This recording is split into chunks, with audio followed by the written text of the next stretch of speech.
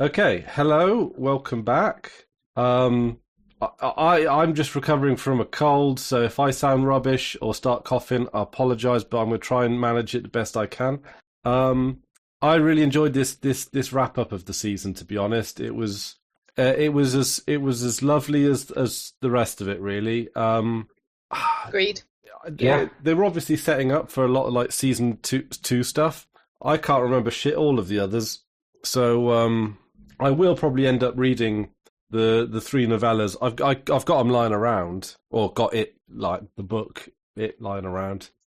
So I probably will end up spoiling myself, but So I watched this episode, about a week ago when it came out, mhm. and I've since then I've got the audiobook for the compilation audiobook, which I think has all three novellas, and I've listened to the first section's like only like 3 hours long, and it's the whole Hedge Knight. Mm. And yeah, I can say that they stuck to the story pretty much one to one. They all the stuff they added was good. There's a little couple tiny things they cut, but nothing significant. It's really a lot of the dialogue is just lifted word for word. Yeah, It's a good read. I fuck it, I've lost my train of thought. What do you think, Jenny? Oh, we lost Jenny. Oh, have we lost Jenny? She's just just now. Oh, she's back. uh, Jenny? are you with us, Jenny? Hello. I think my internet decided it didn't want to the moment we went live. Sorry about Uh, that. I hope on the recording for you guys have sound beautiful, but I've entirely been hearing robot noises for the last 2 minutes. okay. Oh wow. Okay. Well, I think it's coming through okay this end. The Gremlins timing is pristine. Okay, Well, if you can hear me, I mhm. will try and translate the robot bloops into human language. Okay. But Wait, do we still sound like robots to you? A little bit. Oh man. It's a robot of the Seven Kingdoms. nine. As long as No, yeah, the Nine Kingdoms. No. of the Nine Kingdoms. That was a good lampshade scene at the end. Hopefully my internet will even out as we go. But Yeah. yeah, it was a good lampshade scene at the end discussing the actual fact that it's Nine Kingdoms, not seven. Well, I was thinking about this. Like, there must be a canonical reason why it's seven, right? And I Yeah. reckon, Presumably it's connected to the religion of the seven. It kind of makes a nice square storytelling if there's seven gods, seven kingdoms, seven stars, and a 7v7 fight. yeah. So Yeah. yeah. And then I guess Egg throws that little metaphorical spanner in the works at the end, going, "It's not seven." Yeah. But So so I reckon the two that get overlooked. Well, I think canonically, for some reason, the Riverlands doesn't count. the canonical explanation, Mm. from what I understand, is that the Riverlands and the Iron Islands were one kingdom before Aegon's conquest, and after that they were split. And the Crown Lands didn't exist prior to the conquest either. Was it known as the They Six were Kingdoms before Dawn came into the fold? I Well, think Dorne was always considered like when Aegon the Conqueror was anointed by the Septon, he was declared the ruler of the Seven Kingdoms, the Andals, the Rhoynar, and the First Men. And he included the Rhoynar because he wanted to like claim Dorne without actually having physically conquered it for another, almost 200 years it took Oh, right. So he's trying to get it to. in through the paperwork. Yes. So the Seven Kingdoms has always included Dorne in like the concepts. Yeah. It's like the manifest destiny, I guess, of the Targaryens to take it or something. Their Okay. idea. Ah. So the Iron Islands, were they officially split with Aegon's conquest then? I believe so. Hmm. Yeah, I would have thought that Dawn and the Iron Islands were the two exceptions. But I'm happy with whatever Yeah, I seems see. canonical My at the my time. my suspicion was that because Dawn was married into the fold, it didn't count, and they still sort of maintained that pseudo independence. And Crown Lands, yeah, is a bit like Washington D.C., right? Yeah. It's like that's the way I- that's what I sort of interpreted it as. But yeah, I think canonically, I think you're right there, Max. I'm very Yeah. interested, like, for the sake of these conversations, I've been specifically not watching the Alt Shift X and the Alt Swift X and any of the other, like, Game of Thrones lore channels or videos, so that I can come in and, at least any thoughts I have of my own. And so I'm very much looking forward to having had this discussion, going back and both rewatching the whole of The Night of Seven Kingdoms as one long movie and getting all of like the foreshadowing and seeing how the pace runs as a continual story, and also going back and watching all of the lore videos and being like, oh, that makes so much more sense. Yeah. Because I'm sure Alt Shift X, when he does his final video for this season, covers exactly why it's 9, not 7, and why particularly a small folk might only know it as 7, versus the lordlings that know the actual political status. Well, yeah, I mean, it's stuff like that, especially to, medieval era commoners. I always wonder when you see in historical dramas, people like recognize noblemen. So do you just recognize them as noblemen because they're dressed well, or? Well, that's what heraldry is for, isn't it? The whole point of wearing your crest is to dictate class. I can't remember why I was watching it, but recently I was watching a video on Roman togas and obviously the uniform of Rome, where you cannot wear the purple stripe, you cannot wear purple. Same with China and Korea, like having specifically like both. I think China had very particular rules on what fabric you can wear and what colours you could wear, so that even if you don't know if someone you don't know their specific house, you can immediately identify their class. And obviously in Europe, what hairstyle you had to have too in some cases, some areas and some places.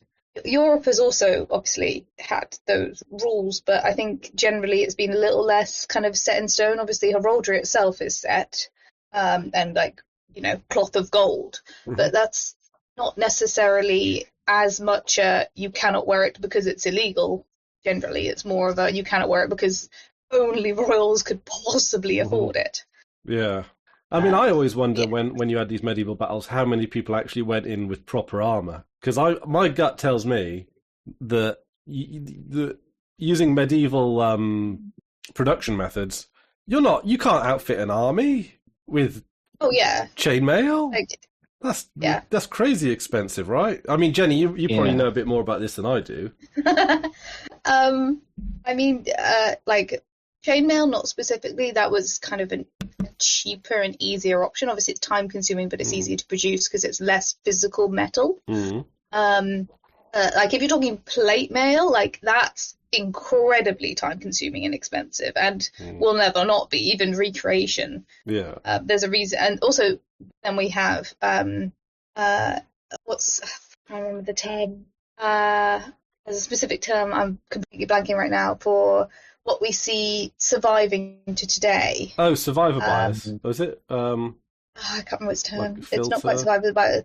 Yeah, it's something like that, which is basically, the armor that we see survive to today, the armor that we see in museums, it is gentry's armor because they weren't even at the front of the battlefield. Like, they were commanding from the rear, so of course they could have the beautiful armor, and of course that beautiful armor has survived till today. So it is possible that some people could have had parts of armor. There could have been, but yeah, there's a reason. Like, if you think about like ship battles, where necessarily be armor that they'd be wearing because you're on water, but you would tie a red handkerchief around your arm. Like, in terms of heraldry, you wouldn't equip your army with full gear. You would trust that they turn up equipped as they can be and tie a colour around their arm or get them to dye their clothes so you don't hit them in battle. Incredibly expensive, very time consuming, and that's why, when you have battles, particularly if we're talking Game of Thrones, like obviously whenever we have battles in Game of Thrones, it's usually the lords, and they will have armor, and they will be the POV characters. What about all of the other people who are filling up the battlefield? Well, in Game of Thrones, they have a perfectly outfitted like army, don't they? Which I I can't I mean, it's hard enough to do on the set of Game of Thrones, I'd imagine. Yeah. So yeah, it's incredibly expensive, and it would depend on the size of the territory. It depends on the wealth of the territory, and yeah, it's not an easy thing to do. I have it on good authority that only knights have armor. My source is hot pie. Yeah, I mean, there's a logic to it. I mean, I think it depends because the definition of knight has changed over the centuries. I've I read think the other thing to take into account that it's kind of from the Dunk flashback from last episode is if you're too poor to have a title to go with your armor, you're going to sell the armor scraps that you can get for scraps and get the metal value.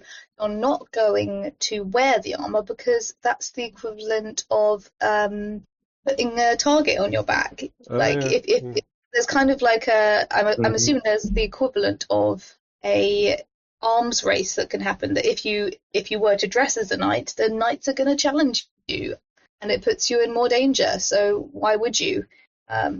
Also, like armor, especially if you're traveling, like that's the lot to carry around.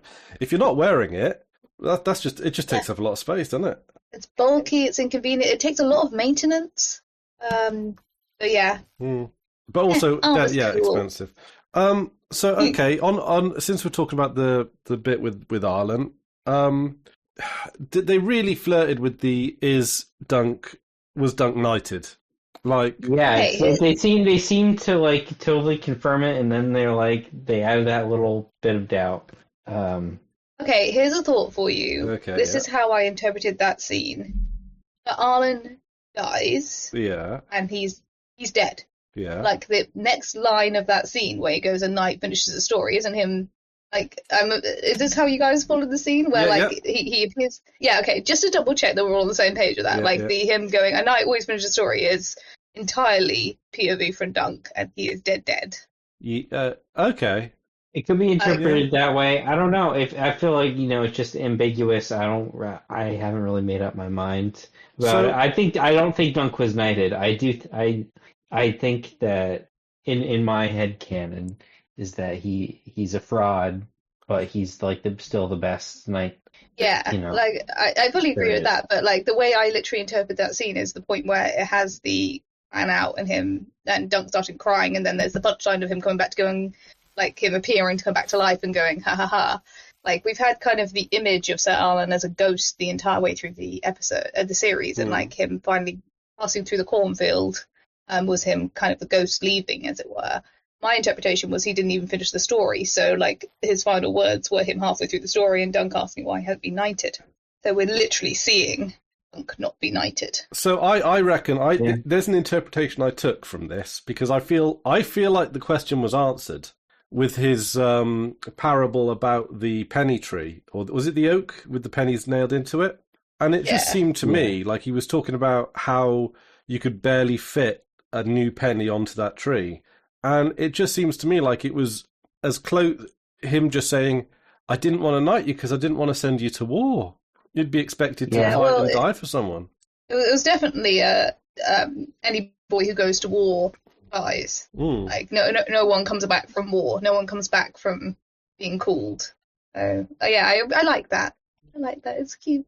Yeah, it's a really lovely little kind of like I like mythology within mythology, and obviously within A Song of Ice and Fire, there's there's gods and there's faiths and there's magic and there's mythological figures within the canon, but like little tiny village superstitions. It's just a really nice bit of world building. I really appreciate it. I mean, I know what they're doing. They are keeping it deliberately ambiguous whilst giving a very firm nod towards he's not a real knight, because it fits within the values of the story, doesn't it? It's like you've got all these people that were made knights because of who they were, who their family was, all that kind of stuff, and they act like jackasses. And then you've got the one guy who's not a real knight acting more knightly than the rest of them.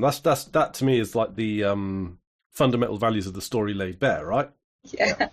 Talking of which, I just want to throw a question to you guys as well. So I need to go back and rewatch the series anyway. But the camp follower who was pregnant with the Fossaway's baby, quote unquote. Yeah. Do you think she was pregnant with his cousin's baby? Like, because wasn't she one of the girls who was specifically redheaded to kind of? She was with Dondarrion. Yeah, I think, Dondarrion, I think. She with Dondarrion. Okay, cool. I was like the idea of starting a new dynasty of the Fossways with a bastard straight off the bat is just so good. I love Raymond has become a lot of people's favorite character, and he's definitely up there for me. He's so naive and just. He's so naive. All it would take is one guy to be like, "Yeah, there's no way." Like, how long will the illusion last? Well, I don't know. I mean, it doesn't. They seem to enjoy. They seem to be happy, right? They're happy. They're cute. They're so cute. Also, the hug between him and Dunk. I'm like, yeah, you know what? This has really positive masculinity in it. Like, it has bros supporting bros, and I love it. Yeah. We also do see from a little bit more from the Targaryens that we don't see so much of in this episode. Who was the one with the black hair with the blonde streak? That's Valar. He's Baelor's oldest son. So is he now the heir? He's the heir now, yes. Yeah. And he was saying that it was his armor that his father was wearing during the trial because he didn't bring his own. So that gave me very similar vibes to in the Two Towers, the grieving scene of Theoden, saying no man should have to bury his child, which is one of those scenes that gets me every single time. It had that sort of, real conversation over the pyre type vibes. I really like. You can see that he's his father's son, and you hope that he will grow up well, but he's also very young. Yeah, I don't. Yeah, that's a good scene. I suppose you don't get much from him, really, do you? No, and I think that's our first conversation with him, so we'll see what happens. Yeah, we saw him a little bit earlier in this season.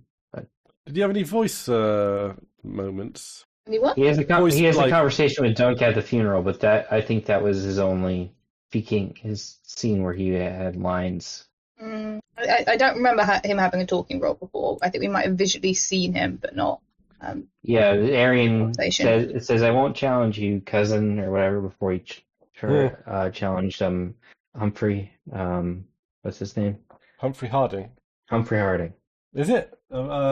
Yeah, you're right. Yeah, or the one who got injured and then decided to fight in the melee. One of the ones who died, along with Beesbury. Mm-hmm. That was a cool funeral. And that was a cool funeral. I do enjoy the fact that it's something that could be seen as like magical, and then also it's so mundane. I really love like that sort of like the comedy throughout this series has been great, and that's just a really lovely subversion.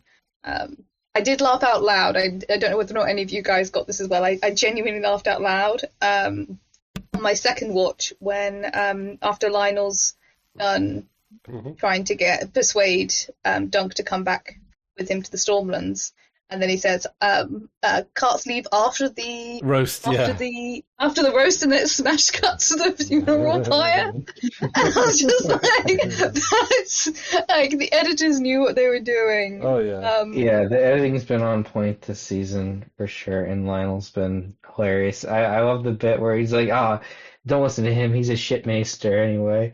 Did you guys see the maester like sniffing the wound? Like he just stuck his finger in it and then sniffed it. Yeah. Is that the Ashford maester who's like one of the like just the shit? I think it's Lionel's maester. I think it's.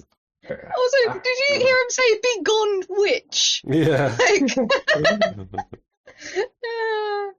I feel like he's a good maester to someone who's hungover regularly as their most greatest wound. Yeah. But actually, like the comedy is great. I found it kind of surreal the opening to this episode where there was the jazz Yeah, and also the end Yeah. credits being like American Blues. Yeah. Like that threw me off. Like it was very like it felt. Yeah, that song felt like I was watching Fallout at the end. Yeah. The credits. It felt like that would be the song they played in Fallout. I mean, it felt But kind of like it the was. I jazz at think the it worked. beginning kind of felt like someone who's had their head wrung, like waking Yeah. up and not. Like it felt like he was so beaten up that he was seeing through time space. Yeah. Sort of like I get like yeah, it's an odd sort of like disorientation kind of thing, right? Yeah, Yeah. they don't use those kind of instruments in the music a lot in these shows. The brass. No, it's usually at least somewhat within the canonical. Like it felt third wall breaking in the way that fourth wall breaking in the way that Mhm. the show has winked at, but this was a full on blink at. Yeah, the only thing I can think of that ever goes close to this in other Game of Thrones is I think the episode's The Bear and the Maiden Fair, the one where Jaime gets his hand cut off at the end, and the ending credits for that is like a punk rock version of The Bear and the Maiden Fair.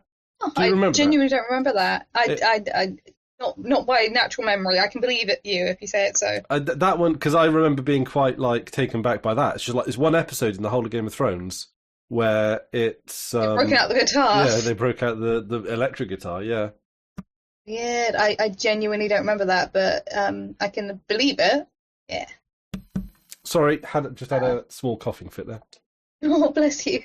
It's all right. I got lots of drinks, and I mean, I got a Strepsil here. Maybe I'll give one of these a go. Sorry to anyone who has to put up with this on the microphone. I'm doing my best, everybody. I'm trying. We should all take like a audio horror break, and I should munch some biscuits while Max eats some tacos, and you can cough into your Yeah. reverse ASMR for 5 minutes. Reverse ASMR. RMSA. That sounds like a virus. It does, isn't it? Yeah. Anyway, Uh, where were we? let's see. What else have we got in the episode? The persuading and then it turns out not persuading of the trying to get the what's he called? What's the name of the white bearded guy? I really need it. Makar, yeah. Trying to get Makar to persuade him to let his youngest go, to let Egg go. Both like it felt genuinely like he was persuaded. I was a bit disappointed to have the final reveal that he didn't know. Because like the argument was really good. Mm-hmm. Particularly I think a lot of people felt that way. From what I'm seeing, the reaction from people. In the books, is it clear whether or not Egg got consent from his dad or not? So in just the Hedge Knight in the first book, it pretty much plays out the way it does it without that extra scene at the end, where Dunk makes his case to Maker. It says Darren and Ariane, always ate the rarest beef and never slept in a ditch or whatever, and you see how they turned out. And Maker's like, it says you can't have a prince sleeping, blah, blah, blah. And Makar basically just walks away from Dunk without saying a word, and then Egg shows up the next day, and he says, my father says I am to squire for you. And you don't ever see back to Makar's perspective. And so you assume Egg is telling the truth because of some things that happen in the second novella. You get the impression that Makar really did give his permission, but there is like a 2-year time jump in between this novella and that novella. So I'm wondering what they're going to do with next season, if they're going to put make a new story in between, because I think there is definitely room for a good opportunity there, especially with some spoiler things that are going to happen. If they do something that we know happened in that time frame.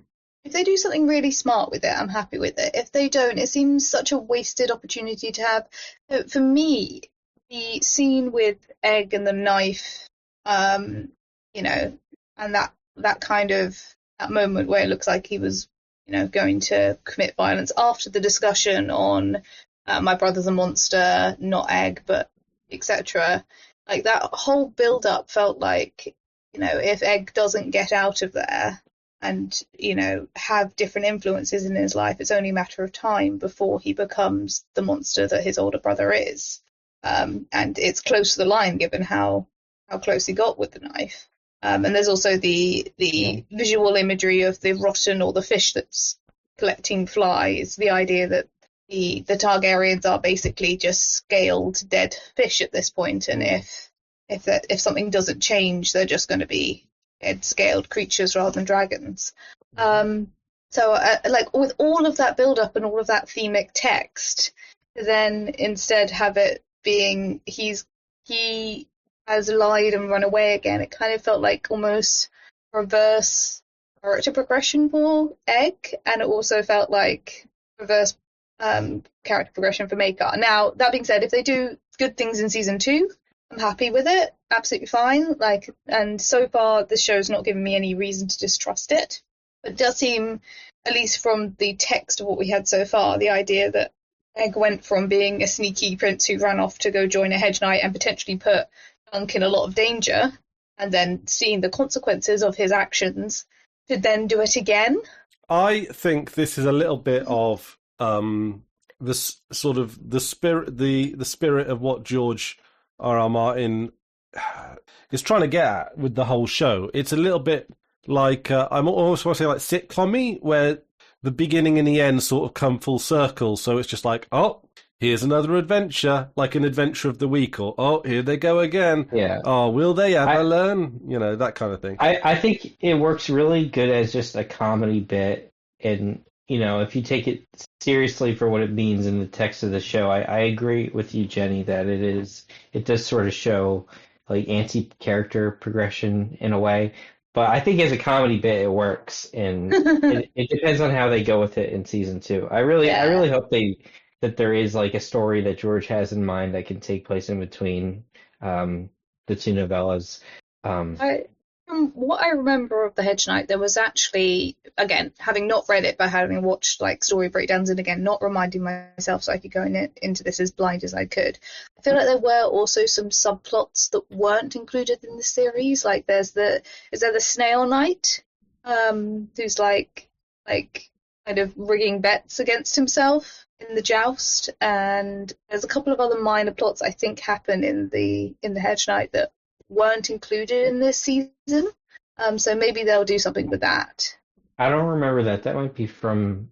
I know there's another tourney in the 3rd novella, so I don't. Oh, maybe it's the 3rd one then. I thought that was the first one, but is the 3rd one the tourney at Summerhall?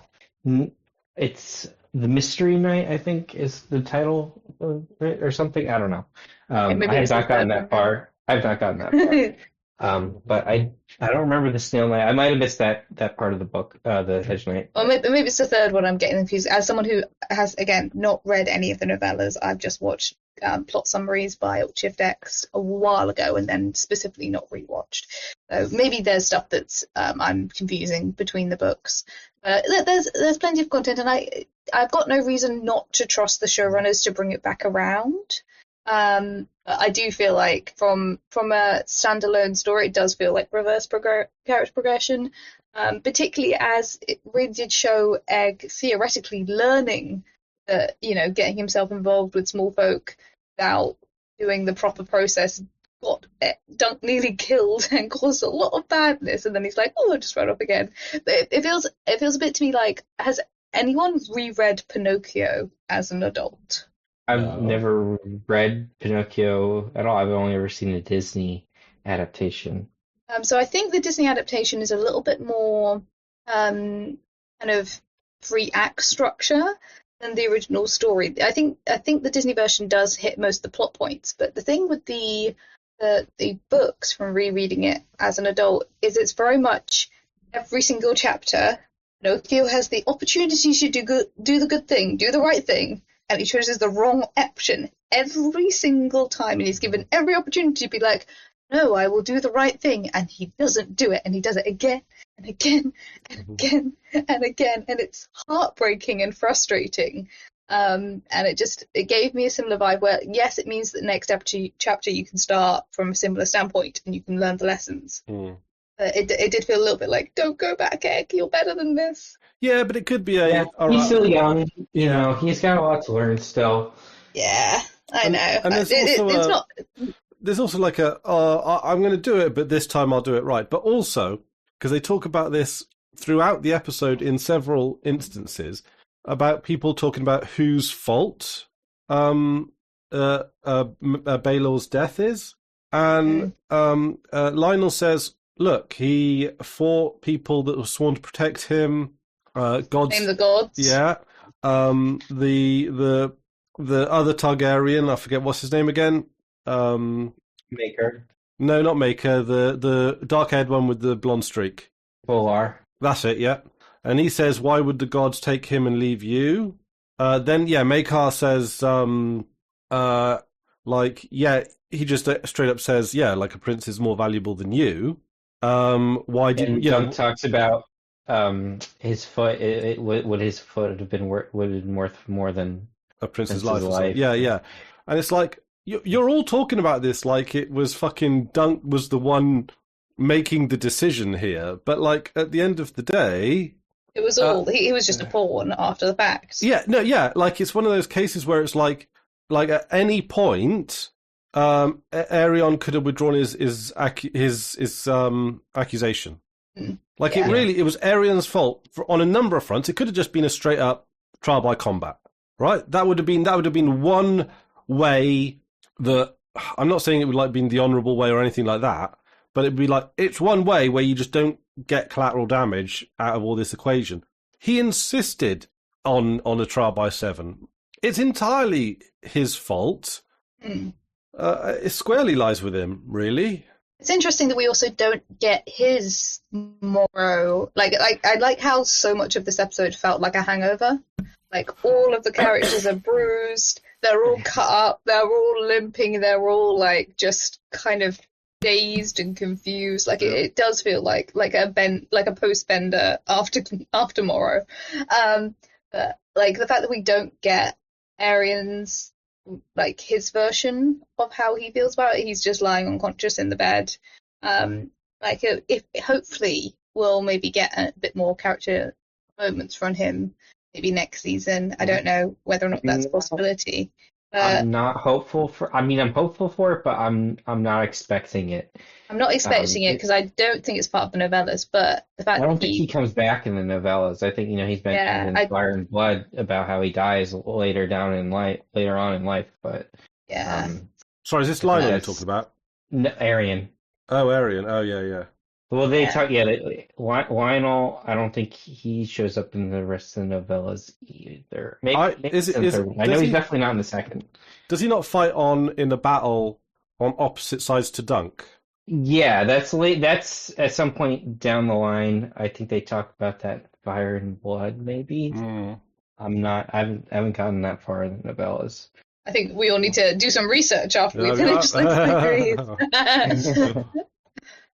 But yeah, I just in terms of tiny little character moments, like the kids playing underneath the coffin and being like, "Die, you dragon bitch!" Like the fact that this whole thing happened because someone quote unquote insulted royalty, and then you just got kids underneath a coffin making the same jokes in front of a Targaryen prince, no less. Like it's like the concept of like future history remembering is also like a little thing that they hinted at, but they haven't really followed through the idea that Maekar will be accused of killing his brother and like doing it deliberately, and they'll remember Dunk as being a hedge knight for which the king was killed. The idea of future history is great. How will future remember us? Apparently Daniel Ing was in Black Mirror in 2019. Wait, who? What Daniel Ing's the guy that plays Lionel Baratheon. I've not actually watched what Black episode Mirror. was that? I've seen every episode. Which episode was he in? Let's have a look. Black Mirror. Plays a guy called Yeah, David Gilks. Hang on a second. I've not watched any Black Mirror. I feel like it would be too stressful. Yeah, it kind of is. He's in Smithereens. Okay, that was a good one. I remember. Was he the main character in that one? Or no? We have to watch Black Mirror again. I think there's a new season on the way. I'm a season or two Last behind I because heard. it is just a bit stressful to watch. Has it gotten lighter by any chance? I doubt it. I doubt Um, it. How much of it has come to reality at this point? it varies from episode to episode. I think the last season had one of the most dour episodes I've ever seen, and it also did have some fun ones, though. Um, Wow, the bar is set low.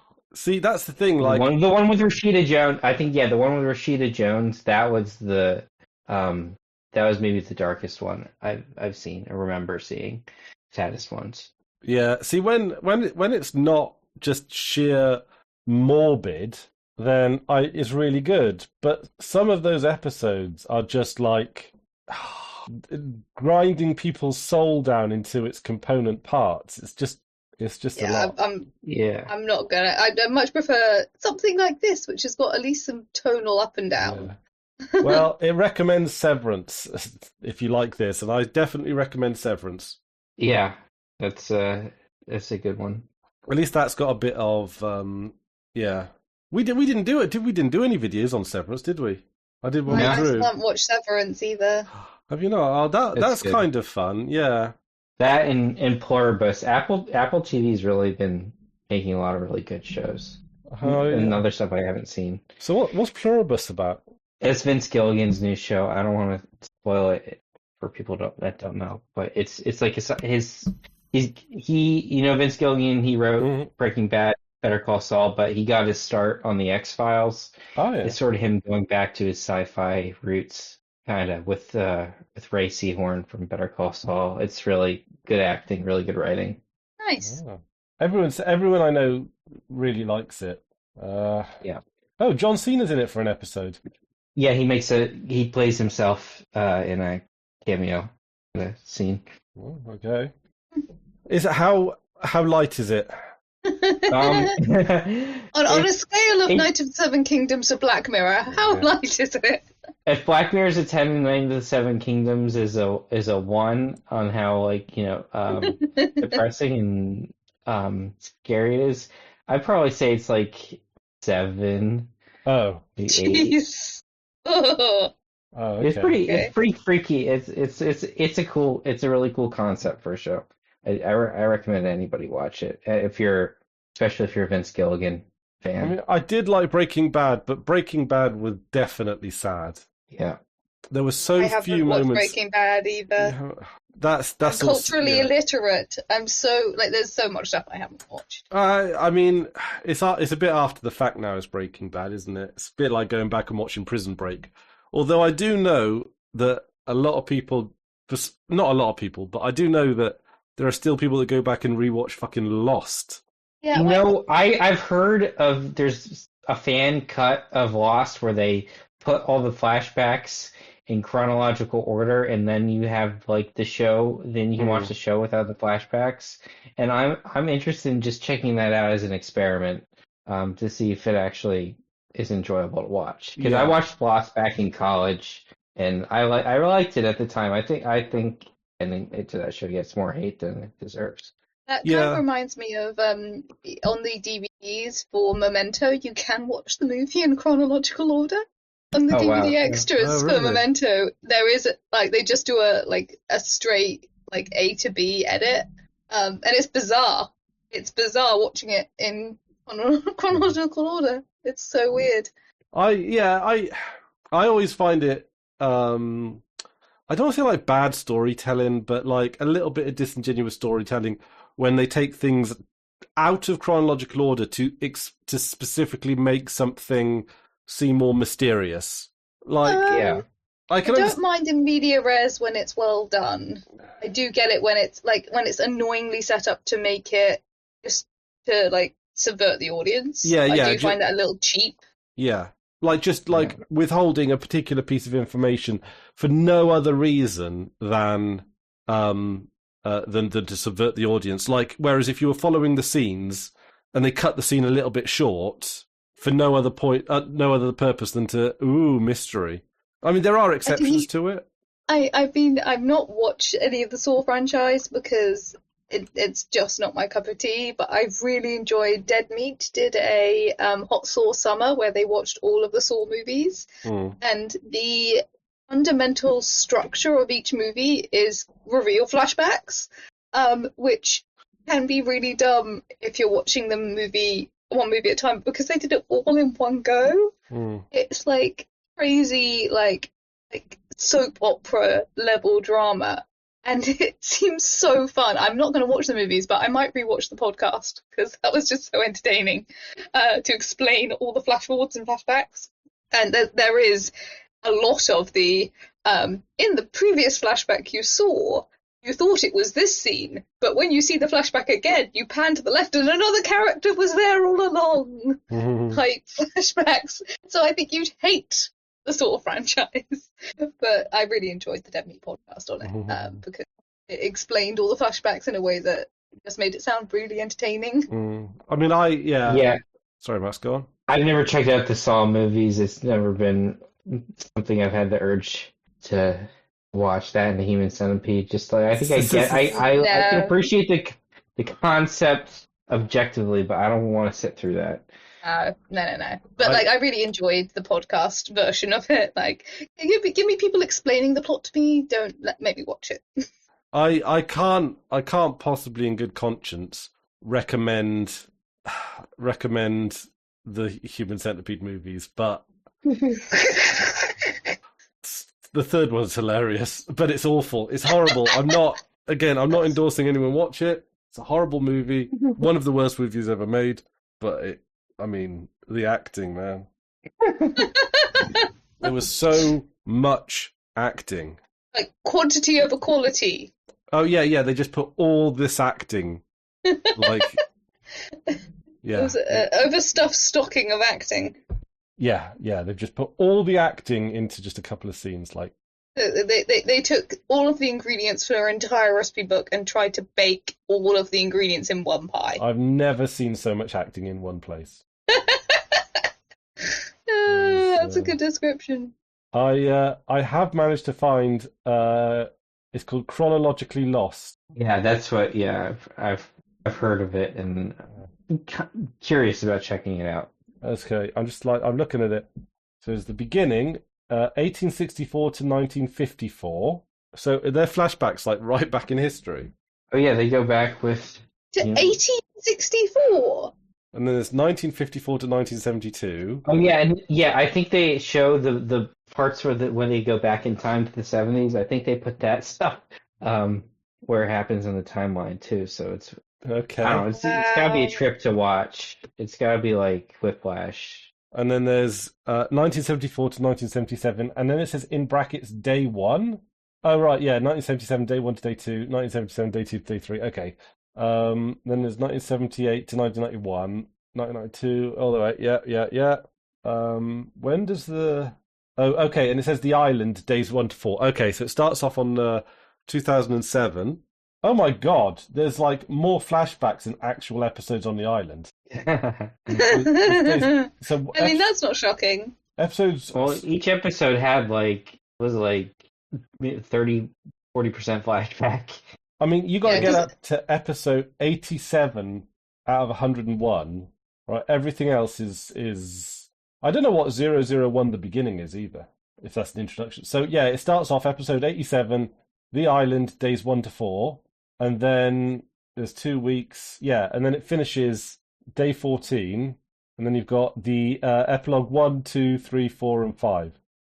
So, I mean... You can get it on a torrent, so you don't even have to download the whole thing. Oh, well, there you go. Yeah. I don't know if it's well seeded or nothing like that.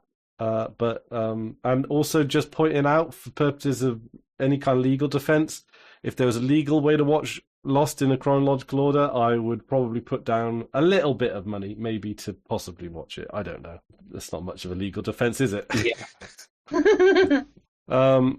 Yeah, I don't know. Yeah, I didn't hate Lost at the time. I really got into the mystery of it, but the flashbacks drained me, and then the cliffhangers were just so sensational, and so many mysteries just ended up not getting answered. And I'm thinking, I just fell off it really.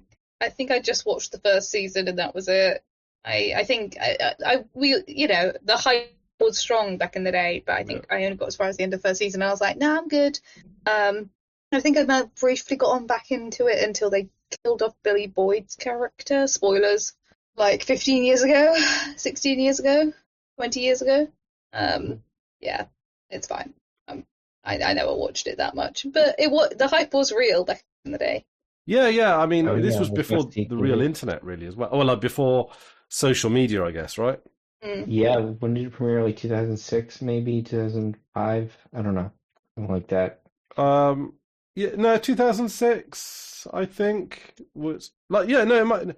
No, there was a series out in 2006, but I think there's a series out maybe 2005, 2004, something like that. Yeah. 04, yeah, it premiered in September 2004. So yeah, I mean, Facebook wasn't, or like social media in general, internet stuff wasn't really a thing much then anyway. There's probably some like fan websites and stuff about, but not. I remember there being a lot of like the equivalent of like fan forums. Back in the day, there was a lot of like discourse, but it wouldn't necessarily be like. It wouldn't be like general social people. media, quote unquote.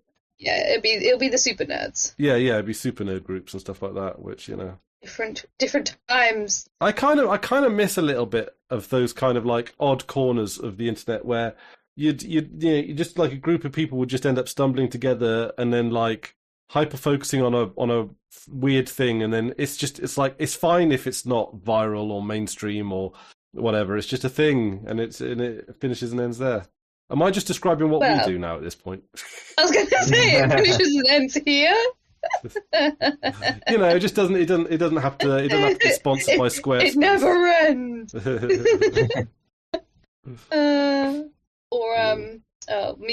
Various meal kits like or June's Journey. Yeah. Right. What else we got? The thing is, I noticed so many great costume and prop moments this episode. So, like, I think I was torn on what was my favorite prop because I really like Lionel's walking stick being a stag head. Oh yeah, like that was really cool, and like the cape that he uses to chain up his really nice cape, also really lovely. Yeah, that color is amazing. I love it. Yeah. It's popping. Like it's great. I really loved the new Fossaway shield and the fact that it's shaped like an apple. Oh, yeah. It's not only got the apple on it, but it's shaped like an apple. And that brought me joy. I really liked... So what I thought would be my costume point for the episode before all that is it's my first time noticing that Sir Alan on his, I don't know what the name is, his like leather neck piece. He's got some really beautiful leather work, including the tree,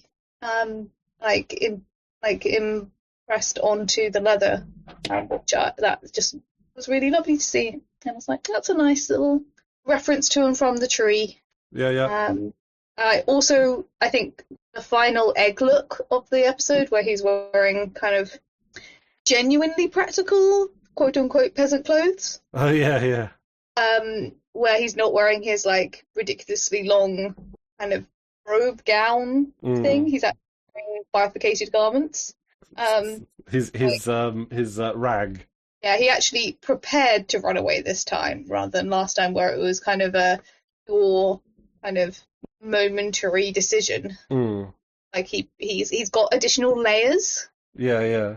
Like he's actually presumably actually raided some supplies of his own for travel wearing and chose clothes that are more suited to actually sleeping on the road, living on the road.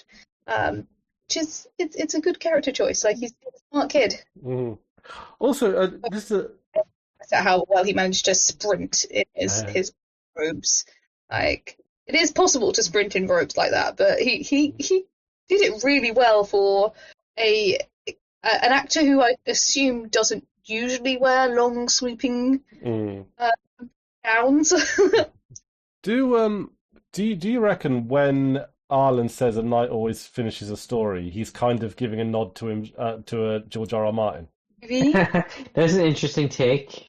That's not one I came up with myself. I'm pretty sure. I don't know. I heard other people say it, but I don't know if I thought of that one myself at the time, but I don't know. Is it a bit like George saying, "Oh, it's all right, I'll finish Winds of Winter and A Song of Spring"? I don't know. Because I am entirely interpreting that as a dunk vision rather than it being an actual conversation. Well, a fourth wall break, though, right? It is a fourth wall break. It's like at the beginning of the theatrical cut of Justice League where you see the homeless guy on the street with a sign that says "I tried," and that's supposed to be Zack Snyder, I think. Oh, jeez. What was the Zack Snyder Superman like? Have you seen it, Max? Yeah, I've seen all of them. It wasn't great. Oh, you seen it too, Jenny? His cut of the Justice League movie was better than the theatrical cut, but it is still not my cup of tea. Yeah, I'll agree with that. So me and I think I remember distinctly my sister and I driving home from somewhere and wanted to pause because it's quite a long drive and I wasn't very confident as a driver. So we decided to stop and watch the theatrical release of the Justice League as a hate watch because even at that point it had a reputation. And I remember coming out of the cinema thinking, that was fine, a bit weird, but fine. And then later watching the Zack Snyder cut and thinking, yeah, that's a good deal. It's a good deal better. It's still not good. Like, an improvement from... The movie actually made, like, logical sense, unlike the... Yeah, and it felt like most of the characters were respected. And I will say, Wonder Woman in the theatrical cut is victim to a lot of misogynistic tropes. Joss Whedon. Joss Whedon's... Like, I really don't want to hate too much on Joss Whedon, like, separating the artist from the art. That Justice League was one of the ones that literally it's unavoidable. Particularly when the Snyder Cut came out, I was like, that all of these sequences are Whedon and not Snyder. Yeah. And you can see the line in the sand very obviously, and it's unpleasant and uncomfortable. Yeah. But yeah. I agree with everything you said. Yeah, the fact that Gal Gadot refused to be in one of the bits, and they had to get her stunt double to do it, which is like, Well, I don't know what bit is that? So there's a bit that Joss Whedon added where there's a scene from Flash's perspective where he, like, it's all in slow motion, and he kind of gently taps Wonder Woman's sword so she can finish the coup de grace and finish the sequence. And then in the Zack Snyder cut, she lands on her feet, he lands on his feet, and we carry on with our day. In the Joss Whedon cut, Wonder Woman lands up on top of the Flash, and there's a sort of awkward moment where he's like, oh no, I didn't want that, and she's like, get off me type vibes. Or the other way around, I think he lands on top of her. Yeah. And it's just a bit icky. It's just unnecessary and a bit icky. It's just like it was just for a man and a woman lying on top of each other is kind of innuendo. How embarrassing. It was just a bit icky, you know. So yeah, it's just it was a dumb joke. But it's a dumb joke that I can happily live without. And there's a lot of stuff a lot of moments similar to that throughout the movie that you can tell that it was a reshoot. And like male gaze shots where I distinctly remember quite a few times where the scene starts from a low angle from behind. Oh yeah. And then pans up, like just enough of them to be noticeable. And usually it's not that noticeable when directors make those choices. Like male gaze is a fundamental part of most Hollywood movie languages anyway. But it was enough that it was like when you don't notice it, it's just part of the visual culture. When you notice it, you know it's a lot. Well, I definitely notice a lot of that kind of stuff, particularly when you go back watching sort of 2000s era stuff, or you see it in video games a lot too. Oh yeah, video games. It's one of the reasons why I don't like the Resident Evil 4 remake. Is the male gaze on Ada is insane. There is almost not a single cutscene that does not start either from the back at a low angle or from the side at chest angle. almost every single shot is just perving on this girl, and I find it really gross. They did it when they remastered the Mass Effect trilogy games. I don't know if you're familiar with those. I am familiar. One of the changes they made was there were a lot of lower back angled shots with some of the women in there, and they raised the shots so that they were more over shoulder. Yeah, it's just little things like that where it seems like we're better than we were at that kind of thing, because like that was the thing that annoyed me with the Resident Evil 4 remake, is I thought we were past it, and in the original Resident Evil 4, Ada's not shot like that. Like, there's one or two scenes where there's some male gaze stuff, but it's not nearly quarter as much blatant than the remake. The remake is... I have lots of issues. I shouldn't have started on a Resident Evil 4 remake rant, because if I go into Resident Evil, I could be here for the next 10 hours, and you've got to sleep soon. Was anyone else really affected by the final shot with... Not quite the final shot, because they had the extra scene at the end, but the final shot where Sir Alan's ghost goes away through the cornfield? Because I genuinely was moved. I don't know. I nearly started crying. It didn't get quite that far, but it was a touching moment, and yeah, it said a lot. It was really lovely as a kind of. Hopefully, we get many more series of this, and that was a really lovely or if we do get many more series of this, and this is kind of the sort of prequel era to the Adventure Boys on the road. The idea that Sir Alan's kind of sending off Duncan Egg into the future and going on his way. It was really lovely. Yeah. I really liked it. Me too. I think we've covered most of the things. I feel sad that he gave up his horse. Sweetfoot going with Raymond. It's a nice ending for Sweetfoot. She gets to have as many apples as she wants, but it's gets to retire in peace.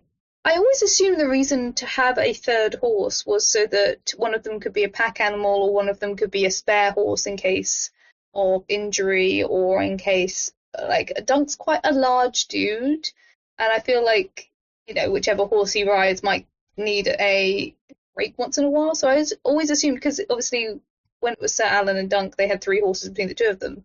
I would have thought that having a third horse is a useful practicality to have on the road.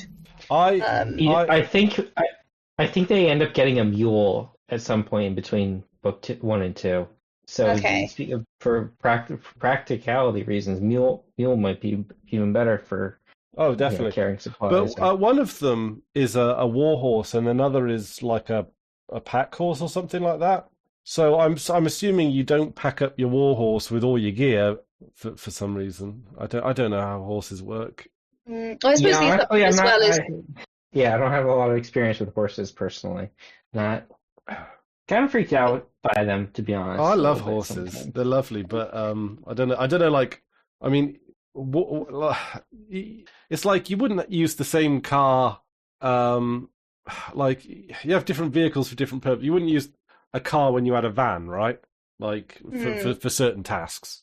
So one of them, he's got a fast car and he's got a van. Oh, I guess, right? Am I making sense? Yeah, I mean, they have different horse breeds for a reason. Yeah. Yeah, I also assume that the idea is Dunk is at least somewhat hoping that Egg will come along, and Egg is very slight and small, so he could ride on the pack horse without the pack horse getting exhausted. So it kind of makes sense if he was planning on going either on his own or with a very light squire, that having 2 horses is fine and they can get a third horse by and by. Yeah. Or maybe one is strong and one is fast or something. Maybe. I don't know. But yeah, it's like, if you don't look a gift horse in the mouth. Like, if you're going to have a third horse, look after it, because worst comes to worst, you could always sell the third horse. Like, it's the equivalent of getting yourself a mortgage and getting yourself property. Like, he even said it at the beginning. Like, if I were to sell one of you guys, I could eat like a king. Like, if someone's gifting you a horse, say yes, keep the horse. Particularly if there's enough grass and whatnot to feed the horses. Horses are a big deal. Yeah, so I appreciate the sentimentality of giving up Sweetfoot, but I feel like saying, yes, I'll keep Sweetfoot with me would have been a more logical thing. But I suppose Dunk isn't necessarily wise. He is kind and well-intentioned. But also, he kind of needs, like, this is him saying goodbye when he didn't necessarily have the chance the first time. Yeah. And he knows that, Raymond's going to take good care of her. Yeah, she's going to get so many apples. Yep. Free apples for life. I did appreciate how wounded Dunk was, although I was surprised how quickly he seemed to recover.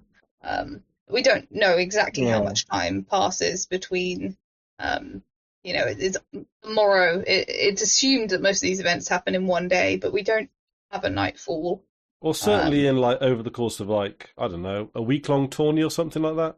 Well, no, it's in of this episode. Oh, this episode? I would say this episode, probably turns around in about 24 hours, I reckon. Yeah. So he's recovered really well, considering the state of his wounds from last episode. Yeah, that lance to the side, Yeah. Have the Maesters discovered antibiotics? Because they would have... Maybe they... There's no way that wouldn't get infected in real life. Maybe they use leeches? Yeah, I think they do. They use leeches in the game. Oh, they do. Yeah, they do have antibiotics. They pour boiling wine into wounds and stuff. In fact, that's antiseptic, not antibiotics. Oh right, okay, yeah. No, well, I mean, I'm not a maester. It's better than nothing. It's better than nothing, and clearly he's been chosen by the gods to survive from this wound, unlike Khal Drogo. Yeah. But also, to be fair, there were probably several decent maesters around, right?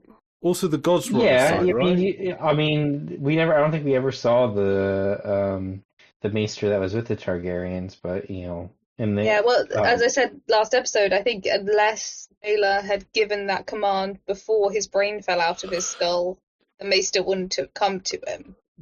I don't think. And that may have been the case. It looks like Lionel's maester was the one taking care of Dunk. Lionel's maester poked him in the gut and then was like, now he's dying.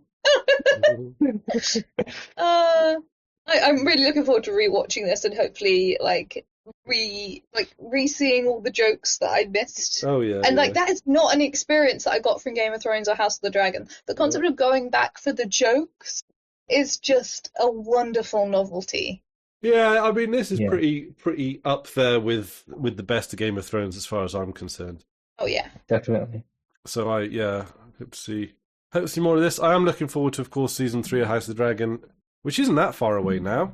Yeah, we've had the first 2 trailers? Yeah, the latest trailer seems really good, actually. And also, in a couple of days' time, we're going to get season 2 of Ted.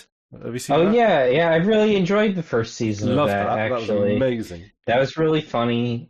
Seth MacFarlane, best thing since The Orville. It's the best thing he's ever done, in my opinion. Yeah. The bit where they get stoned for the first time. Family Guy. When they get stoned for the first time, something about that, it's just like, yes, I don't know, like that actor they have playing what's the young Mark Wahlberg character? He's really fun. He's really good. Brilliant. Yeah, and it's just I love the bit that always makes me chuckle. Just if I'm going about my day, is when the dad he says, I don't need to see a shrink.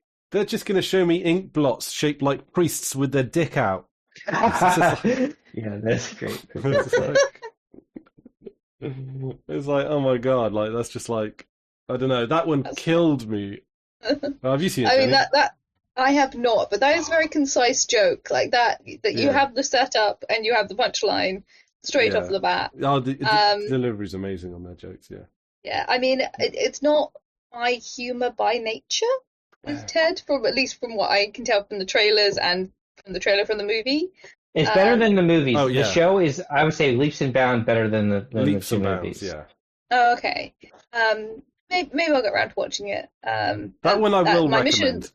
Mission, I think, for the next couple of weeks will be to rewatch all of Night of the Seven Kingdoms and then rewatch the first 2 seasons of House of the Dragon before coming back, and also try and remember everyone's names. Yeah, I'll try and find a chart or something. I've been rewatching Game of Thrones with Kelsey, and we finished season 1, to start Ooh. season 2. How's she doing with it? She's really liking it. She's really, intrigued. She's finally like starting to like totally.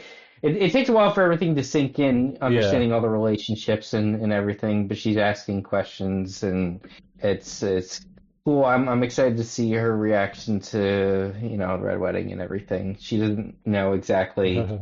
I think she's kind of saw Ned's death coming at the end of season 1, but I'm excited to see what else. I think since Game of Thrones, it is foreshadowed a lot. Like at the time, a lot of storytelling sort of mimics that now. Mm-hmm. But at the time, like I don't know. I feel like I don't know. I feel like the tells were there in a way that are easier to pick up now than they were back then.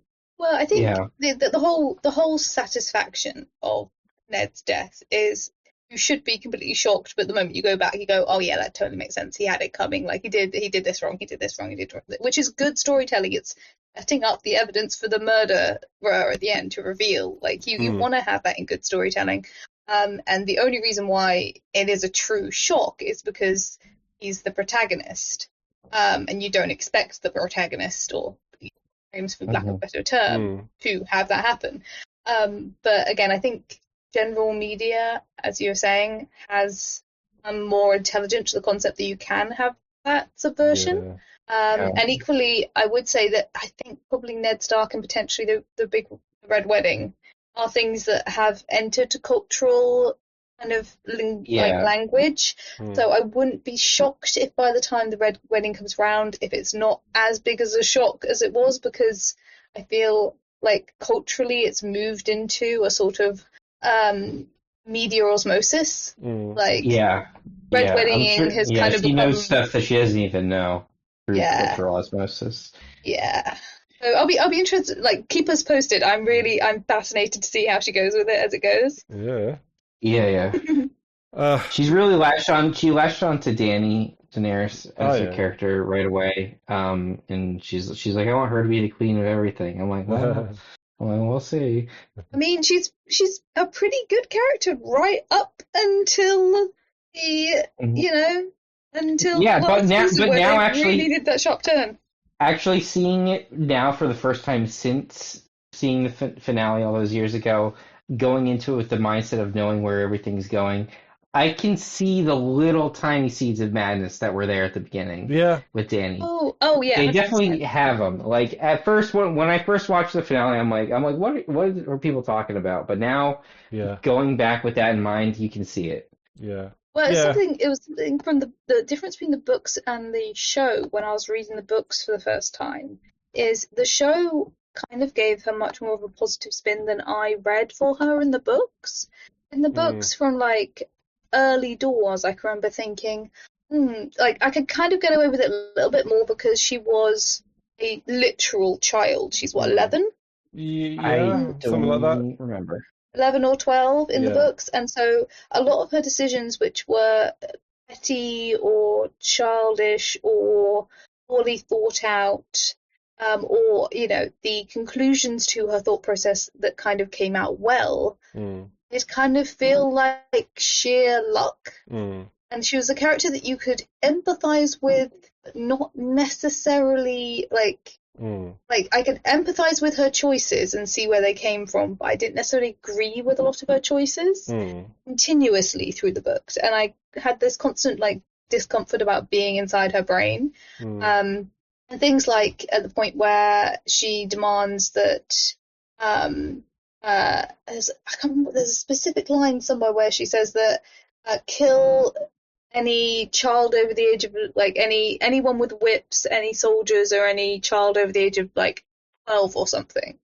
Which children of 12 years old are still children. There's a load of things that she did consistently throughout the books and obviously in the series, but with the more Emilia Clarke's very charming and very charismatic, and she really sold the character. So I can see why I'd root for her right up to the point. But I definitely found it very uncomfortable in the books, a lot of her decision-making, how her character was presented. So I feel like in the books it's much, much more set up for a kind of easy downcline into insanity. Yeah. I mean, Yeah. I don't know. I see, yeah, I see it coming in part because, once she hits Westeros, right, she doesn't have, like, she comes from a place where she is beloved for freeing the slaves and stuff, albeit hard fought, and then she shows up and everyone's like, fuck off. And, And then she loses everyone she cares about. everyone she cares about, and yeah, and it's just everything is chips away at her so much. Yeah, there's stuff in the beginning that sort of, you can see the seeds of that, and then you start seeing the seeds of this. Yeah, like I don't know, like it does make sense, sort of to a degree. Like I think sometimes the pacing of it is not great, and it could have done. Yeah, there's a lot that went wrong, but on rewatch, I don't hate it as much as I think the general broad opinion of it, is. Yeah, I don't know. I think I'll get around to rewatching it at some point. I think my homework, as I said before House of the Dragon starts, is to rewatch Dunk and Egg and just kind of, again, watch it for the jokes. And then I also want to rewatch House of the Dragon to kind of get back into that mindset and kind of relearn the characters. Yeah. Yeah, I'm definitely going to rewatch House of the Dragon before season 3 comes out. And then at some point I might read The Hedge Knight. I literally have a book stack as high as my hip in my bedroom. And so I'm trying to work through it from the floor. So it's not high on my list, but I might need to do some research. Also, I'm kind of enjoying going in blind, or at least semi-blind into the series is. I'm kind of not knowing where the twists and turns are coming. Yeah, well, you can definitely read The Hedge Knight now with no spoilers for future events. It's pretty much most of the exact same story that we got. Yeah. Ooh. Okay. Cool. Right. It's getting on a bit now, and I better hit the hay for an early rise. But yeah, I love that. That was a good series. 2 thumbs up. It was fun chatting with you guys as always. I always love doing this. Yeah, absolutely. Yep. And also, just before we go though, I do want to check because one of the things is like didn't it get a ridiculously high 8.8 out of 10 on IMDb. Yeah. For some reason, there's a decent number of ones, which I refuse to believe that like anyone's going to give this a 1. Like anyone who's watched it. Yeah. Best episode 5. See, episode 4 and 5. Which I don't know. My favorite episodes were maybe 2, 3, and 6. 4, 2, 3, 4, and 6. I mean, that's most of the episodes at that point, isn't it? I'm not sure. I think probably 4 for me. I'm gonna have to go back and rewatch the whole thing. I'll have to go back and rewatch. But I think so much of it is in the vibes and it kind of feeling it in the moment. I think as a conclusion, I think probably the last episode, because it kind of wraps up so much and sets up so much really well, but still gives time for those quiet pauses. Like that, the lovely moment when it just cuts from Dunk in the corridor to Dunk and Egg just sitting next to each other in silence. Like the fact that the show is able to have those moments.